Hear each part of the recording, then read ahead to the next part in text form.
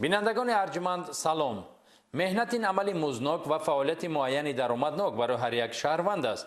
در زمینه فعالیت با نظام مهنت، حقوق، منفعت و آزادی‌های انسان و شهروند نیز رعایت و تأمین می‌گردد. ولی بررغم این نفران جنایت پیشه نه با مهنت حلال بلکه به واسطه جنایت می‌خواهند صاحب مزد و یا فایده معینی شوند که عاقبت و جوابگری جنایتی جلب گردیده از زندگی آزاد و خوش به محبس کشیده می‌شوند. дар нашри лаҳзаинаи барномаи криминалии ахбори вазорати корҳои дохилӣ имкон доред вобаста ба ошкоршавии ҷиноятҳои чун муомилоти ғайриқонунӣ воситаҳои нашъадор, қасдан расонидани зарари вазнин ба саломатӣ, авбошӣ, дуздӣ ва дигар шаклҳои ҷиноят барои худ маълумот пайдо намоед. дар студия бо шумо Саида Сафарова ва Нусратулло Саидзода. таваҷҷӯҳ намоед ба сархати барнома. мусодира 143 килограмм воситаҳои нашадор ва безараргардонии нашаҷалобон дар ноҳияи ҳамадонӣ. соҳибкорони қаллоб ва мусодираи орди муҳлаташ гузашта. боздошти дузд дар ҷойи ҳодиса. шарҳи ин ва дигар хабару гузоришот дар нашри навбатии барномаи ахбори вазорати корҳои дохилӣ. гардиш ва муомилоти воситаҳои нашъадор, моддаҳои психотерапӣ ва прекурсорҳо дар қатори ҷиноятҳои махсусан вазнин ҳар лаҳза метавонад саломатии аҳолии сайёраро ба хатар гузорад. таъсири бад доштан ва чӣ гуна фоҷиабор будани воситаҳои гуногуни нашъадор кайҳо исбот шуда бошад ҳам, аммо барои гурӯҳҳои нашъаҷалоб муҳим даромади молӣ аст, на саломатии аҳолӣ. дар пай амалиётҳои оперативии ҳафтаи гузашта дар ҳудуди вилояти Хатлон, ноҳияҳои Фархор ва Мирсаид Алии Ҳамадонӣ, кормандони раёсати вазорати корҳои дохилӣ дар вилояти Хатлон буда тавонистанд ду ҳолати гардиши ғайриқонунии воситаҳои нашъадорро дар ҳаҷми махсусан калон 130 килограммро пешгирӣ ва мусодира намоянд. шарҳи ҳамкорони мо вобаста ба ҷинояти навбатӣ таҳия гардидааст. пайваста аз ҷониби кормандони мақомоти корҳои дохилӣ амалиётҳои махсуси пешгирикунанда ва ошкоркунии ҷиноятҳои вобаста ба муомилоти ғайриқонунии воситаи нашъадор доир карда мешавад ки дар натиҷаи он миқдори махсусан калон ин бори марговар дарёфту мусодира карда шуда ба фаъолияти гурӯҳҳои муташаккили нашаҷалоб хотима дода мешавад.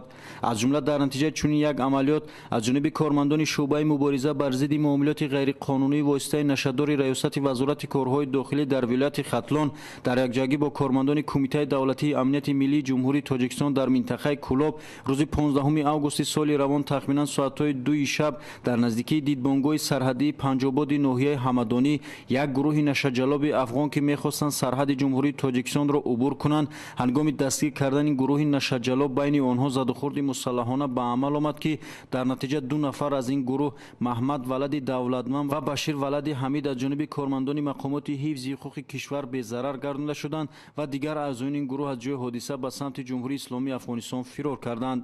ҳангоми аз назаргузаронии ҷои ҳодиса дар се халтаи полиэтилении 114 килограмм воситаҳои нашъадор дарёфту мусодира карда шуд.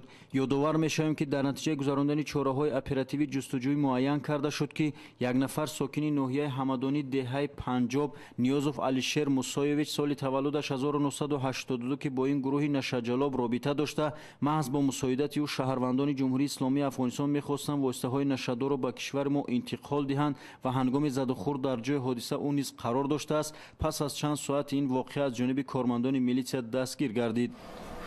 шаби 15 омадем дар лави заминои деҳаи Панҷоб тарафи сарҳад онҷа камол омад хаташ як 10 кас будан амхе ош қафота рисудан камол омад пешим мавудора дар пеши мон тирпаронӣ сар шид. ҳам 10 нафаре ки ба хати камол омадан ҳамаш автомат доштанд. партофтум гирехтам ҳама чизера омадем дар шаҳри Душанбе кормандони милиса дастгир буд. илова бар ин дар рафти чунин амалиёти махсус аз ҷониби кормандони раёсати мубориза бар зидди гардиши ғайриқонунии воситаи нашъадори вазорати корҳои дохилӣ як нафар шаҳрванди ҷумҳурии исломии Афғонистон вилояти Тахор Забиаллоҳ валади Нулҳақ дар ҳудуди деҳаи ғалабаи ноҳияи Фархор дастгир карда шуд ки ҳангоми кофткӯ аз борхалтаи ӯ 27 килограмму 340 грамм воситаи нашъадори афён ва 520 грамм воситаи нашъадори ҳашиш дарёфту мусодира карда шуд. қайд кардан ба маврид аст ки дар маҷмӯъ аз ин нашаҷалобон 143 килограмм воситаҳои нашадор мусодира карда шуд. мавриди зикр аст ки аз давраи парвариши ниҳоли бангдона сар карда маҳбасӣ гаштани нафарони алоҳида оғоз мегардад. баъдан ҳар қадаре ки ин ниҳоли маргбор афзоиш ёфту бузург гардид, ҳамон қадар ҷиноят зиёду вазнинтар гарда, ҳамон қадар бештар одамон ба гирдоби бало ғутавар мегарданд. агарчи ба ҳама қонунҳои дину дунё он ҳарому гуноҳи азим эътироф гарда дар бархе кишварҳои ҷаҳон барои муомилоти ғайриқонунии он вазнинтарин ҷазоҳо аз қабили ҳукми қатл, маҳбуси якумрӣ ва дигар ҷазоҳои сангин пешбинӣ гарданд, вале ҳамоно аз ҷониби чунин афроди алоҳида ва гурӯҳҳои муташаккили ҷиноятӣ муомилоти ғайриқонунии он ба чашм мерасад. айни замон нисбати 2 нафари боздоштшуда парвандаи ҷиноятӣ оғоз гардидааст. ҷинояти авбошӣ яке аз шаклҳои ҷинояти маъмулӣ аст ки бевосита гумонбарон содиркунандагони он наврасону ҷавононанд. ҷинояти авбошие ки аз тарафи кормандони раисоти вазорати корҳои дохилӣ дар шаҳри душанбе ошкор карда шудааст, гумонбарони он 2 бародар буда бо истифода аз тапончаи пневматикӣ ва корд ба як нафар сокини ноҳияи рӯдакӣ ҳамла карда оқибат ба ӯ зарари вазнин ба саломатӣ расонидаанд. санаи 14 августи соли равон ба раёсати вазорати корҳои дохилӣ дар шаҳри душанбе оид ба сар задани ҳодисаи авбошии гурӯҳӣ дар кӯчаи Нусратлоҳ Махсум хабари фаврӣ расид. диққат! гурӯҳи фаврӣ тафтишотӣ барои ба ҷои ҳодиса баромадан дар назди қисми навбардорӣ ҷамъ шавед. баъд аз ба ҷои ҳодиса ҳозир гардидан, кормандони милитсия муайян намуданд ки байни ҷавонон муноқиша сар зада ба кордзанӣ анҷомидааст.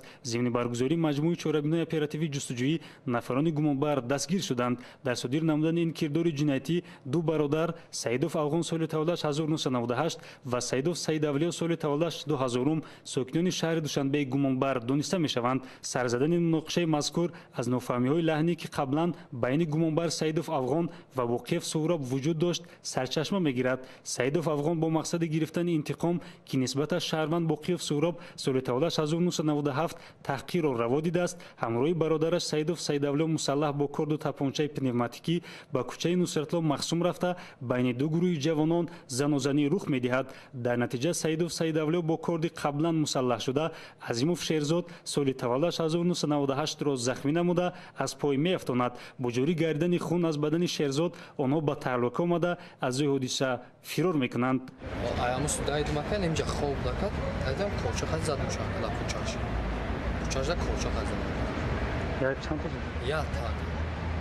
баъде ки додарм коча дар пеш бебишоб зад, баъд гирифтем тарафи пишти айкали сина омадем, оҷа ма кочаро дастш гирифтем, таксида шиштем, баъд омадем таксида онҷа фуромадем, кочаро дар мусорка партофтем, баъд пара ра гузаштем, таксида шиштем, хона рафтем. бо бардоштани ҷароҳати вазнин ба саломатӣ Азимов Шерзод айни замон бистарӣ карда шудааст. бояд тазаккур дод ки бо сар задани муноқишаи мазкур байни ин гурӯҳи ҷавонон Азимов Шерзодро зери лати кӯб қарор медиҳанд. дар натиҷа Саидов Саидавлиё бо корди қаблан мусаллаҳ гардида ӯро захмӣ намуда аз ҷои ҳодиса фирор мекунанд. айни ҳол Азимов Шерзод бо бардоштани ҷароҳати вазнин ба саломатиаш бистарӣ карда шудааст. андешаи носолиму кибру ғурури ноҷо ин ҷавонони кӯтоҳандешро ба гирдоби ҷиноят ғутавар намуда ояндаи дурахшону пурифтихорро тирагун сохт. дар ҳама маврид ақли солиму илму дониш метавонад инсонро ба қуллаи мурод расонад. дар акси ҳол бо сар задани ҳодисаҳои нохуш анҷомида якеро маҳбасиву дигареро бистарӣ хоҳад кард. ҳоло нисбати гумонбарон Саидов Афғон ва Саидов Саидавлиё бо дастрасии моддаи 237 қисми 3 кодекси ҷиноятии ҷумҳурии Тоҷикистон парвандаи ҷиноятӣ оғоз гардидааст.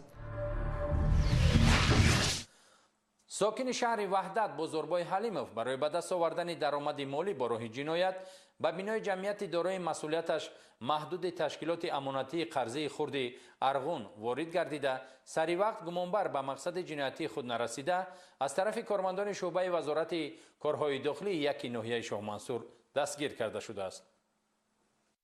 шаҳрванд Ҳалимов Бозорбой соли таваллудаш 1982 истиқоматкунандаи деҳаи байнали шаҳри Ваҳдат аз ҷониби кормандони милитсия барои содир кардани ҷинояти дуздӣ дастгир гардид.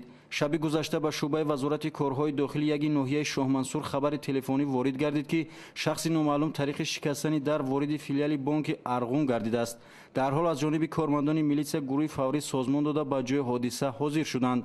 ҳангоми буридани сандуқи оҳанин бо истифода аз асбоби оҳанбурак гумонваршуда дар ҷои ҳодиса боздошт гардид.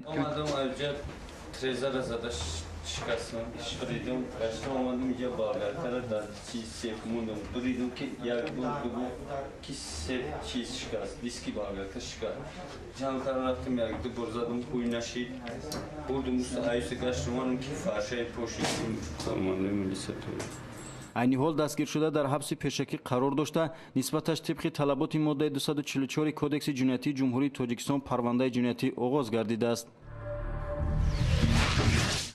кормандони шӯъбаи вазорати корҳои дохилӣ дар ноҳияи исмоили сомонии шаҳри душанбе шаҳрванд салоҳиддин саломовро ки қаблан суд шудааст ин навбат низ барои содир кардани якчанд далели ҷинояти дуздӣ дастгир кардаанд. нозирони минтақавии милитсия низ дар ошкору пешгирии ҷинояткорӣ саҳми боарзиш доранд. ҳамин аст ки ҳафтаи сипаришуда аз ҷониби нозирони минтақавии милитсияи шӯъбаи вазорати корҳои дохилӣ ноҳияи исмоили сомонӣ як нафар бо ҷурми дуздӣ дастгир карда шуд. ин нафар саломов салоҳиддин соли таваллудаш 1986 сокини ноҳияи рӯдакӣ буда чандест бо тариқи пинҳонӣ аз манзилҳои иstiqomatии шаҳрвандон маблағҳои пуливу телефонҳои мобилӣ ва ҷавоҳиротро ба яғмо бурдааст. чунончи худи ӯ дар рафти пурсиш иқрор намуд ҷиноятҳои дуздиро дар ҳудуди шаҳри душанбе ноҳияи рӯдакӣ ва ахиран чорвои сокинони ноҳияи варзобро аз они худ кардааст. санаи 27 июли соли равон аз манзили иstiqomatии шаҳрванд асоев хуршед сокини ноҳияи рӯдакӣ ҷавоҳирот ва маблағҳои пулӣ дар маҷмӯъ 7400 сомониро тасарруф намудааст. ӯ ҳамчунин кирдориҳои ҷиноятиро идома дода ба дуздии маблағҳои калони шаҳрвандон даст задааст. Хона трезай пластикша задам дур омадам. Хонава кофтам ягон чина ёфтам. Дар сандиқша шикастам.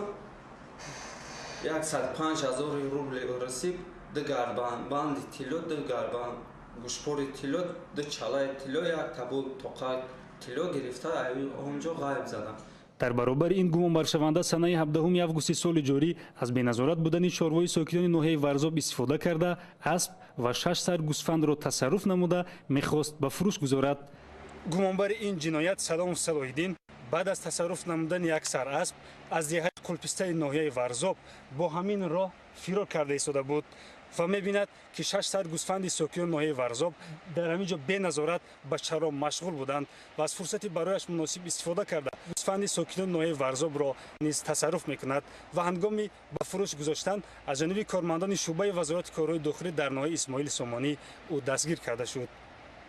гумонбаршаванда Саломов Салоҳиддин гарчанде пешсуд шуда бошад ҳам ба худ хулосаи зарурӣ набароварда ҷиноятҳои мазкурро содир кардааст ки ин ҷурми ӯро пурзур намуда ҷавобгарии сангинеро бар дӯш хоҳад гирифт. бо дар назардошти ҳолатҳои мазкур нисбаташ парвандаи ҷиноятӣ бо моддаи 244 кодекси ҷиноятии ҷумҳурии тоҷикистон оғоз гардида зарари ба шаҳрвандон расонидаи ӯ дар рафти тафтишот муайян хоҳад шуд.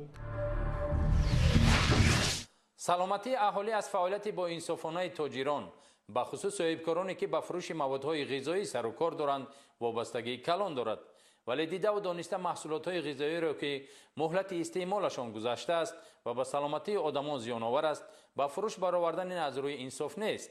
дар натиҷаи чорабиниҳои оперативии кормандони раёсати мубориза зидди ҷиноятҳои муташаккили вазорати корҳои дохилӣ мардумфиребиҳои як гурӯҳ тоҷиронро ошкор карданд ки онҳо маҳсулоти ордии пастсифатро ошкоро ба фурӯш гузоштанд. шаҳри ҳамкорони мо мавзӯъро идома медиҳад. санаи 15 августи соли равон дар натиҷаи гузарондани чорабиниҳои оперативии ҷустуҷӯӣ аз ҷониби кормандони шӯъбаи моликияти зеҳнии раёсати мубориза зидди ҷиноятҳои муташаккили вазорати корҳои дохилӣ муайян карда шуд ки шаҳрвандон Билолзода Муҳаммад соли таваллудаш 1991 ва Шарипов Алишер соли таваллудаш 1983 сокинони деҳаи Тудаи шаҳри Ҳисор ки ба соҳибкорӣ машғуланд ба фурӯши ортҳои муҳлати истеъмолашон гузашта даст зада ҳангоми аз назаргузаронии нуқтаи савдояшон аз он ҷо 220 халта орди тамғаи устрид ки муҳлати истеъмолашон гузаштааст дарёфт ва мусодира гардид. иловатан дар идомаи коркартҳои оперативӣ дар маркази савдои Дарвоз воқеъ дар маҳаллаи Гипрозем ки ба шаҳрванд Салимбеков Мазҳабшо соли таваллудаш 1968 тааллуқ дорад 120 халта чунин ортҳои пастсифат дарёфт карда шуд. ҳамчунин санаи 17 август зимни идома додани чорабиниҳои оперативӣ аз манзили истиқоматии шаҳрванд Камолов Ҷамшед сокини ноҳияи Қубодиён ба миқдори 300 халта ортҳои ғайристандартии муҳлати истеъмолашон гузашта аз ҷониби кормандони милитсия дарёфт ва мусодира карда шуд. тафтишоти пешакӣ муайян намуд ки шаҳрванд Камолов Давлатшоҳ соли таваллудаш 1980 сокини ноҳияи Қубодиён таъминкунандаи чунин ортҳои пастсифат محسوب می‌یابد. در مجموع از این گروه که زیر رهبری کمال دولتشو فعالیت می‌کردند و مقدار 640 خلطه ارتوی غیر استانداردی مهلت استعمالشان گذشته مصادره کرده شد که وفق معلومات مرکز نظارتی دولتی سنتری و اپیدمیولوژی شهر دوشنبه ارتوی مصادره گردیده از روی نشاندادهای صفت و طلبات معیاری مطابق نبوده برای سلامتی انسان ضررناک یا برای استعمال ناموافق حسابیده شد. مورد ذکر است که بازداشتگان فقط سری به دست آوردن منفعت اندیشه نموده و لحظه سری آن اندیشه ننمودند که این محصولات پس صفت آنها به جامعه چی تاثیر میرساند. اما دلم چه ارده که ما قبول کردیم ای محمد بچه ها گرفتیم وای بوی بد کرد ما بد گردانده روانش کردیم. شما از اون استفاده بردین؟ یعنی 20 کیلوشه. چگونه برده؟ یعنی نه بوی بزیب داشت. که اردی کنه بوده؟ ولی خیلی کنه بوده کنه میدونونش چه خیلی بود وای. صفتش پس بود. آید دولت مذکور نسبت بازداشتندگان کارهای تفتیشاتی ادامه دارد. تکرارا صادر کردن جنایت با اشتراک پیشسود شدگان مشکلات است که اصلاح آن نه تنها وظیفه مقامات حفظ حقوق و قدرتی مملکت است بلکه جامعه نیز در پیشگیری و اصلاح آن باید نقش خود را معین سازد. در شهر قرغن‌تپه ولایت ختلان کارمندان میلیسیا یک نفر ساکن ناحیه دوستی را که قبلا 2 مرتبه سود شده است برای صادر کردن جنایت قصدا رسانیدن ضرر وزنین به سلامتی دستگیر کردند. ضمن گذراندن چاره‌های اپراتیوی جستجویی کارمندان شعبه وزارت کارهای داخلی در شهر قرغن‌تپه ساکن ناحیه دوستی خوجام قلوف یولداش سال تولدش 1975 که موقتا استقامت کننده شهر قرغن‌تپه و قبلا 2 مرتبه به جوابگری جنایتی کشیده شده است با گمان دست داشتن به جنایت قصدا رسانیدن ضرری وزنین به سلامتی دستگیر کردند. در رفت سنجش معین کرده شد که گمانبر شده طول چند مدت در شهر قرغن‌تپه در منزل استقامتی واقع در کوچه بابا جان غفورов همچون اجاره نشین زندگی می‌کرده است. روز 3 آگوست سال جاری تخمینا ساعت‌های 19:30 در منزل استقامتی اجاره‌ایش واقع در شهر قرغن‌تپه در حالت مستی با صاحب خانه نظرف عدیل و همسر نام برده حسن و رجبگل بینشان بحث و مناقشه سر می‌زند. سپس گمانبر کارد آشخانگی را گرفته به واسطه آن 1 مرتبه به طرف چپ قفس سینه زده او را از پا می‌افتاند. خوجام قلوف از این عملش قانع نگشته باز به طرف حسن و رجبگل حمله کرده چند مرتبه به بدن و سر و روی حسن و با مشت و لگد می‌زند و از جای حادثه به سمت نامعلوم فرار می‌کند. در نتیجه جبردیده‌ها جراحت‌های وزنی جسمانی برداشته در بیمارخانه کلینیکی شهر قرغن‌تپه بستری می‌گردند. با نظر داشت آنکه در حرکت‌های خوجام قلوف یولداش علامت‌های ترکیب جنایت بر علاج جای دارد در شعبه تفتیشاتی شعبه وزارت کارهای داخلی در شهر قرغن‌تپه نسبتش با ماده 110 کدکس جنایتی جمهوری تاجیکستان پرونده جنایتی آغاز گردیده تفتیشات ادامه دارد. همدیاران گرامی، رعایت و احترام قانون برای هر یک شهروند کفیل آسودگی و خوشحالی روزگار است. نفرانی که قانون و طلبات آن را ارج می‌گذارند، حیات و روزگار آنها را هیچ ظهورات تهدید نخواهد کرد. پس بیایید برای بنیاد یک جامعه حقوق بنیاد و عدالت پرور معرفت حقوقی و شهروندی خویش را تکمیل دهیم. رابطه و همکاری های شما با میلیسیا این دلیل آن است که شما نیز با حس مسئولیت بر ضد ظهورات خطرناک جنایت مبارزه میبرید. رقم های تلفنی 221 21 21 و 1919 در وزارت کارهای داخلی برای همکاری و مراجعت های شما شبانه روزی فعالند. خیر تا دیداری دیگر.